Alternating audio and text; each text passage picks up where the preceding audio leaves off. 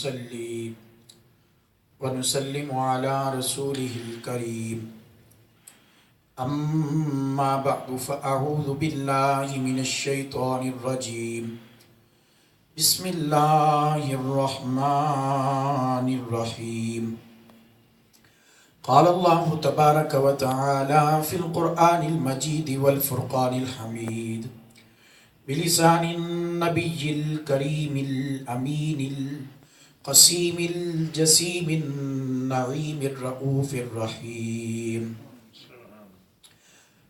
الحمد لله رب العالمين الرحمن الرحيم مالك يوم الدين إياك نعبد وإياك نستعين صدق الله مولانا العظيم وبلغنا رسوله النبي الكريم الأمين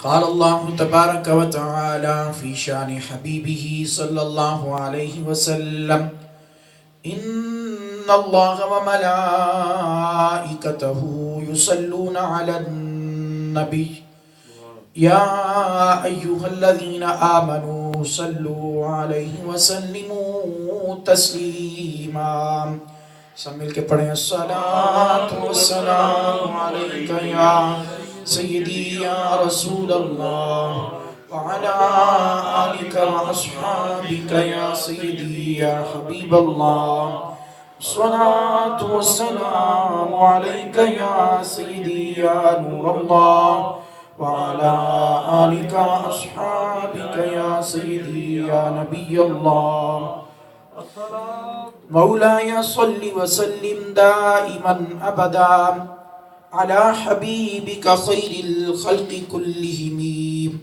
محمد سيد الكونين والثقلين والفريقين من عرب ومن عجم فإن من جودك الدنيا وذرتها ومن علومك علم اللوح والقلم يا رب بالمصطفى بلغ مقاصدنا واغفر لنا ما مضى يا واسع الكرم بلغ العلا بكماله كشف الدجى بجماله حسنت جميع خصاله صلوا عليه وآله يا صاحب الجمال ويا سيد البشر من وجهك المنير لقد نبر القمر لا يمكن الثناء كما كان حقه بعد خدا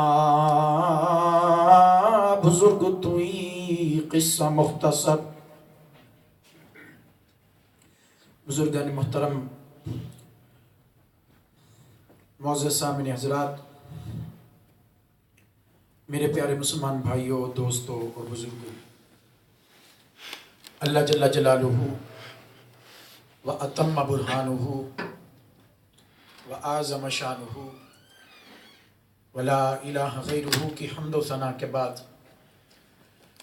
اور سید الرسل ختم الرسل مولائے کل عالم کل خبیر کل وارث کل شہید کل سلطان کل معلم کل رازدار رب العلا شب اسرا کے دولہ کل کائنات کے ملجا و مأوا شافی روز جزا نبی آخر الزمان احمد مجتبی جناب حضرت محمد مصطفیٰ صلی اللہ علیہ وآلہ وسلم کی پاک بارگاہ میں ہدیہ درود و سلام عرض کرنے کے بعد سب سے پہلے تو اللہ تبارک تعالیٰ کا لاکھوں کروڑوں بے حد و بے حساب شکر ادا کرتے ہیں کہ جس نے آج ہم سب کو نماز جمعۃ المبارک کی ادائیگی کے لیے اپنے پاک گھر میں آنے کی سعادت عطا فرمائی۔ یقیناً کسی بھی نیک کام کے لیے قدم اٹھانا اور بالخصوص فرائض کی ادائیگی کے لیے آنا اور اللہ کی عبادت اور بندگی کے لیے آنا یہ اللہ کے فضل اور اس کے کرم کے بغیر نہیں. اس کی توفیق کا مل جانا یہ اللہ کے فضل سے ہے اور اس کے کرم سے ہے. تو اس والے سے اس میں انسان کو کبھی بھی اپنا ذاتی کمال نہیں سمجھنا چاہیے. ایک اللہ کی بہت نیک پرہیزگار متقی بندی کے بارے میں مذکور ہے کہ وہ روزانہ صبح تہجد کے لیے اٹھا کرتی اور اس کا شوہر جو ہے وہ سویا رہتا. ایک دن اس نے تہجد کے لیے اٹھی، نماز ادا کی، اس کے بعد ادا کرنے کے بعد اللہ تعالیٰ سے دعا مانگ رہی ہے. دعا میں جو الفاظ استعمال کر رہی ہے وہ یہ کہ باری تعالیٰ مجھ پر اپنی رحمتوں کا نزول فرما اس محبت کے صدقے جو تجھے مجھ سے ہے، اس محبت کے صدقے جو تجھے مجھ سے ہے. مولا مجھ پر اپنی رحمتوں کا نزول فرما. اتفاق سے اس دن یہ الفاظ اس کے پاس سوئے ہوئے جو اس کا شوہر تھا اس کے کانوں میں پڑے. اس نے کہا یہ تو کن لفظوں سے دعا مانگ رہی ہے؟ تجھے اس طرح دعا نہیں مانگنی چاہیے، تجھے یوں کہنا چاہیے تیری کیا حیثیت ہے، تو اللہ کی بارگاہ میں یہ بات کر رہی ہے کہ باری تعالیٰ اس محبت کا صدقہ جو تجھے مجھ سے ہے، تجھے یوں کہے کہ باری اپنی محبت کا ذکر کر، اس کی محبت کا ذکر نہ کر، اپنی محبت کا ذکر کر جو مجھے تجھ سے ہے. اللہ اکبر. اس نے اللہ کی نیک بندی تو اس نے بڑا خوبصورت جواب دیا. اس نے کہا یہ اللہ کی مجھ سے محبت ہی ہے کہ میں اتنی صبح اٹھ کے اللہ کی بندگی کے لیے عبادت کر رہی ہوں. اس میں میرا تو کوئی اپنا کمال نہیں ہے، یہ اس کی محبت ہے مجھ سے کہ اس نے مجھے اٹھایا، مجھے بیدار کیا، مجھے توفیق عطا فرمائی. تو یہ توفیق کا مل جانا اور میرا صبح اٹھ کے بیدار ہو کر اللہ کی عبادت اور بندگی کرنا، اس میں میرا کوئی ذاتی کمال نہیں ہے. یہ میری محبت کی دلیل نہیں، یہ رب کی مجھ سے محبت کی دلیل ہے کہ اس نے مجھے توفیق عطا فرمائی. سبحان اللہ. تو سویا ہوا ہے ٹھیک ہے اور میں جاگ رہی ہوں، تو یہ میرا جاگنا، اس میں میرا کوئی کمال نہیں ہے، اس میں اللہ تعالیٰ کی مجھ سے محبت ہے. اس نے مجھے توفیق عطا فرمائی، اس نے مجھ پر فضل فرمایا اور کرم فرمایا. تو یقیناً آپ بھی خوش نصیب اور خوش قسمت ہیں اس والے سے کہ یہ اللہ کی محبت کی دلیل ہوتی ہے کہ جب انسان کسی نیکی کے لیے، کسی عبادت اور بندگی کے لیے قدم اٹھاتا ہے تو یہ اس بات کی دلیل ہے کہ اللہ کو ایسے بندے سے محبت اور پیار. نعرہ تکبیر، نعرہ رسالت یا رسول اللہ. اس حوالے سے اس پر اللہ تعالیٰ سے استقامت اور کی دعا کرنی چاہیے کہ باری تعالیٰ ہمیشہ ہمیں اپنے فضل اور کرم پر ہی رکھ. تو ہماری گفتگو کا جو موضوع ہے وہ جو چل رہا ہے الحمدللہ تیسرا جمعہ ہے، عبادت کے موضوع پر بات ہو رہی ہے اور انسانی زندگی کے مقصد پر، انسانی تخلیق کا جو مقصد ہے، مقصد حیات. تو آج تیسرا جمعۃ المبارک جو ہے اسی ٹاپک پہ چل رہا ہے. گزشتہ جمعۃ المبارک میں اس تصور کو واضح کیا گیا کہ عبادت سے مراد کیا ہے. تو ربط قائم کرنے کے لیے میں اختصاراً عرض کر دیتا ہوں، عبادت سے جو مراد ہے، عبادت سے مراد ہر وہ جائز عمل جو اللہ کی رضا کے لیے کیا جائے، ہر وہ جائز عمل جو اللہ کی رضا، اس کی خوشنودی کے لیے کیا جائے، اس کے قرب کو پانے کے لیے کیا جائے، وہ عمل عبادت ہے.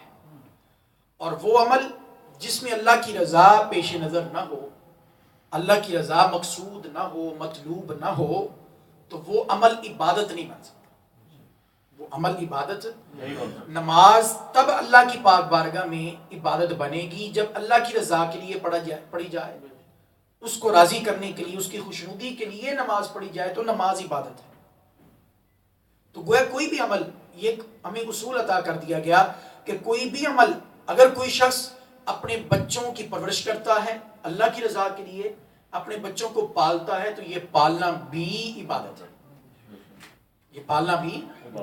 اب دیکھیں عام طور پر جب ہم چلتے ہیں تو قرآن پاک نے کہا وَلَا تَمْشِ فِي الْأَرْضِ مَرَحًا، اکڑ کے نہیں چلنا، اکڑ کے چلنے سے منع کر دیا گیا. لیکن جب خانہ کعبہ کا طواف کرتے ہیں تو طواف کے پہلے 3 چکروں میں اللہ تعالیٰ نے رمل کا حکم دیا، کیونکہ اس میں اللہ کی رضا، وہاں اکڑ کے چلنا عبادت بن گیا. ایک جگہ وہ اکڑ کے چلنا گناہ ہے، لیکن وہی عمل جب اللہ کی رضا کا سبب بنا تو وہ عمل عبادت کا درجہ اختیار کر گیا۔ وہاں جو جتنا زیادہ اکڑ کے چلے گا اتنا ہی زیادہ اللہ کو پسند ہے، تاکہ کافروں پر رعب اور دبدبہ قائم۔ سبحان اللہ، سبحان اللہ۔ رمل کو پسند کیا گیا تو وہ عبادت کا درجہ اختیار کر گیا۔ اب عام طور پر جو نماز کے اوقات مقرر کیے گئے ہیں ان اوقات میں نماز پڑھیں تو عبادت ہے، لیکن جو 3 مکروہ وقت ہیں، طلوع آفتاب کا وقت ہے، زوال کا وقت ہے اور غروب آفتاب کا وقت، ان 3 اوقات میں نماز پڑھنے سے منع کیا گیا، سجدہ کرنے سے، سجدے والی نماز سے منع کیا گیا۔ اب اگر کوئی پڑھتا ہے ان 3 اوقات میں تو گناہ ہے، حالانکہ نماز عبادت ہے لیکن وہ گناہ بن گئی۔ وہ گناہ کیوں بنی؟ کیونکہ اس میں اللہ کی رضا شامل نہیں۔ اللہ کی رضا شامل، تو کوئی بھی نیک عمل ہو اگر اس میں اللہ کی رضا شامل ہو جائے تو وہ عمل عبادت کا درجہ اختیار کرتا ہے۔ اس پہ آپ جتنی مرضی سینکڑوں مثالیں لے سکتے ہیں۔ خدمت خلق کو بھی لے لیں آپ، مخلوق کی خدمت کرنا، عام طور پر یہ تصور پیش کیا جاتا ہے کہ عبادت سے زیادہ ضروری جو ہے وہ خدمت خلق ہے۔ یہ تصور تب بنتا ہے جب ہم خدمت خلق کو عبادت سے جدا کریں۔ اگر آپ لوگوں کی خدمت کرتے ہیں اللہ کی رضا کے لیے کہ میرے مولا یہ چاہتا ہے، میرا مالک یہ چاہتا ہے کہ میری مخلوق کی خدمت کرو، میرے مخلوق سے پیار کرو، میرے مخلوق کی رسپیکٹ کرو، میرے آقا کی یہ تعلیمات ہے من لا یرحم لا یرحم، جو رحم نہیں کرتا اس پر رحم نہیں کیا جاتا۔ آقا علیہ السلام کا فرمان ہے خیر الناس من ینفع الناس، لوگوں میں سے بہترین شخص وہ ہے جو لوگوں کو نفع پہنچائے، لوگوں کو فائدہ پہنچائے۔ تو گویا خدمت خلق میں اللہ اور اس کے رسول کی رضا ہے، اور جس عمل میں اللہ اور اس کے رسول کی رضا شامل ہو جائے تو وہ عمل کیا کہلاتا ہے؟ عبادت کہلاتا ہے۔ تو یہ بھی عبادت ہے۔ اسی طرح اللہ حاضل قیاس، راستے میں کوئی تکلیف دہ چیز پڑی ہے اس کو ہٹا دینا، یہ بھی عبادت ہے۔ دوسروں کو نیکی کی دعوت دینا، یہ بھی عبادت ہے۔ دوسروں کو برائی سے، گناہ سے روکنا، یہ بھی عبادت ہے، کیونکہ بشرطے کہ یہ سارے کام اللہ اور اس کے رسول کی رضا کے لیے کیا۔ تو یہ تصور بیان کیا گیا، اور اس کے بعد دوسرا پہلو عبادت کے حوالے سے یہ بیان کیا گیا گزشتہ جمعۃ المبارک کے خطبہ میں کہ انسان کو اللہ تعالیٰ نے اختیار عطا فرمایا ہے، دونوں راستے انسان کے سامنے رکھ دیے۔ قرآن پاک میں وَإِنَّا هَدَيْنَاهُ السَّبِيلَ إِمَّا شَاكِرًا وَإِمَّا كَفُورًا، بدی کا اور نیکی کا راستہ، دونوں راستے انسان کے سامنے موجود ہیں، اور دونوں راستوں کا ریزلٹ بھی بیان کر دیا، دونوں راستوں کے احوال، کیفیات وہ بھی بیان کر دی، ان کا ریزلٹ، ان کا انجام بھی بیان کر دیا۔ نیکی کا راستہ، اس کا طریقہ کار، اس پہ چلنے کا طریقہ کار، اس پہ چلنے کی جو ملنے والی نعمتیں، ریزلٹ، انجام وہ بھی بیان کر دیا۔ اس کے برعکس جو بدی اور گناہ کا راستہ ہے اس پر چلنے کا جو انجام ہے وہ بھی بیان کر دیا، اور ساتھ اختیار دیا۔ اختیار یہ دیا، اس سینس میں اختیار دیا کہ انسان دونوں میں سے جس کو چاہے اختیار کر سکتا ہے، لیکن حکم دیا کہ نیکی کے راستے کو اختیار کرو اور برائی کے راستے سے بچو۔ جو بندہ نیکی کے راستے پہ چلتا ہے اس کو اللہ تعالیٰ فرما رہا ہے یہ میرا شکر گزار بندہ، اور جو برائی کے راستے پہ چلتا ہے وہ نافرمان ہے، اس کے لیے عذاب، سزا، یہ ساری چیزوں کا ذکر کیا گیا۔ تو انسان کو اس امتحان میں، آزمائش میں کیوں مبتلا کیا گیا؟